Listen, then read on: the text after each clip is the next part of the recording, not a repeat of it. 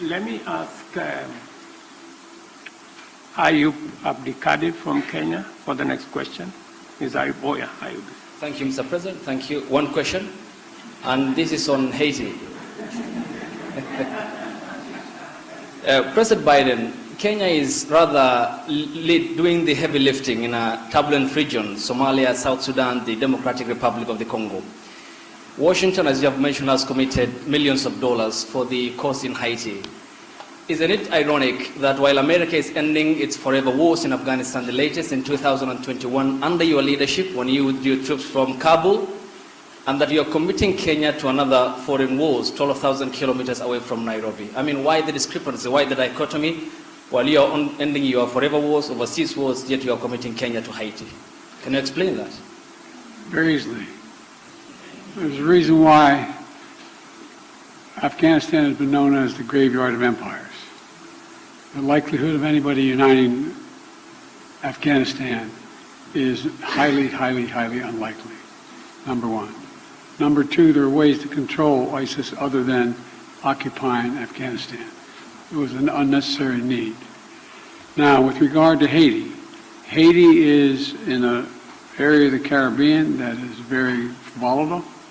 There's a lot going on in this hemisphere, and we're in a situation where we want to do all we can without us looking like America once again is stepping over and deciding this is what must be done. Haitians are looking for help, as well as the folks in the Caribbean are looking for help. And so we checked out with a number of other countries. The one who stepped up was Haiti. We committed to provide wherewithal, the intelligence and equipment and the like to Haiti. And so it's a logical thing. And you have a first-rate capability, and you keep your word.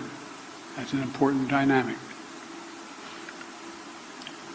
I agree with President Biden that Kenya's participation in Haiti is not so much about what happened in the past.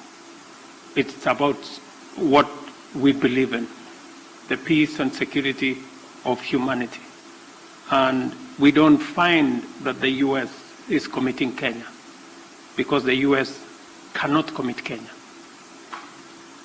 I am the president of Kenya. It's me to make that decision. And it's the people of Kenya to commit their own troops using their own structures. We've gone through the processes in Kenya. Parliament has approved. We have a clear mandate. We have a clear framework. And it is us, the people of Kenya, who made this decision in the interest of serving peace and stability as a responsible global citizen, and understanding that insecurity, instability anywhere is insecurity and instability everywhere. You asked about, you implied that we weren't doing anything anywhere else.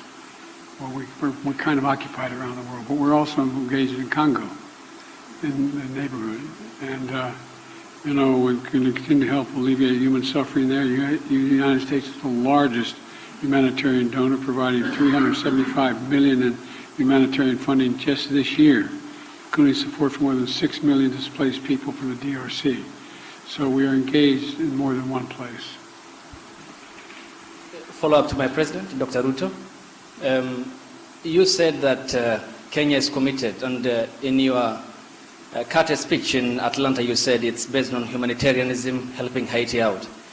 But can you explain the geopolitical goal, 12,000 kilometers away from Nairobi, when schools in the counties of Baringo, West Pokot, and Turkana have not yet opened because of the banditry problem, yet you are committing our national police force to Haiti, and where is the priority, this being one of your major manifesto pillars, talking about security, and to the extent that even the Defense Cabinet Secretary talked about the deployment of, if need be, the Kenyan military or the special personnel to make sure that schools are reopened, children go to school in areas that are bandit-prone in Kenya. Why are you committing to Haiti when we have a problem back home? Is it an irony that you are putting the fire in the faraway neighbor's home when on our own home is on fire? Thank you very much. I made a commitment to the people of Kenya to sort out insecurity in the North Rift. I have followed that with action. As we talk, there are 3,000 military officers in the North Rift, 2,000 police officers in the North Rift. We have renovated the first 15 schools and completed. We have reopened 20 schools already that were closed in the North Rift.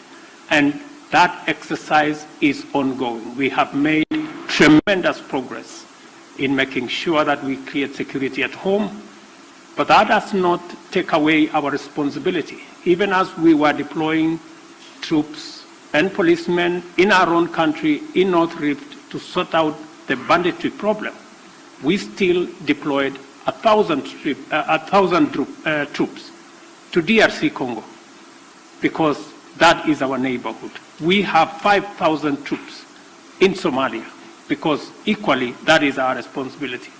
And Haiti should not be an exception. That's why deploying 1,000 security men to Haiti speaks to the same belief and commitment to peace and security.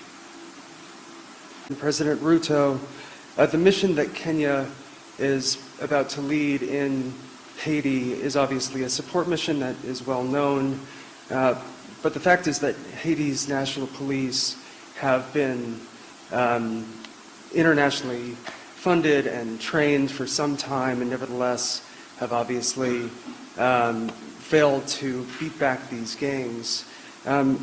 Will Kenyan forces in partnership with the MSS be out front in the fight against these gangs, or will they be a static force behind the HNP? And are you concerned about casualties among the Kenyan forces? Thank you very much. Kenya believes that the responsibility of peace and security anywhere in the world, including in Haiti, is the collective responsibility of all nations and all peoples who believe in freedom, self-determination, democracy, and justice. And it is the reason why Kenya took up this responsibility, because we have been participating in peacemaking, and we have been participating in peacekeeping over the last 40 years in 47 countries, including very difficult neighborhoods like what we're going to face in Haiti.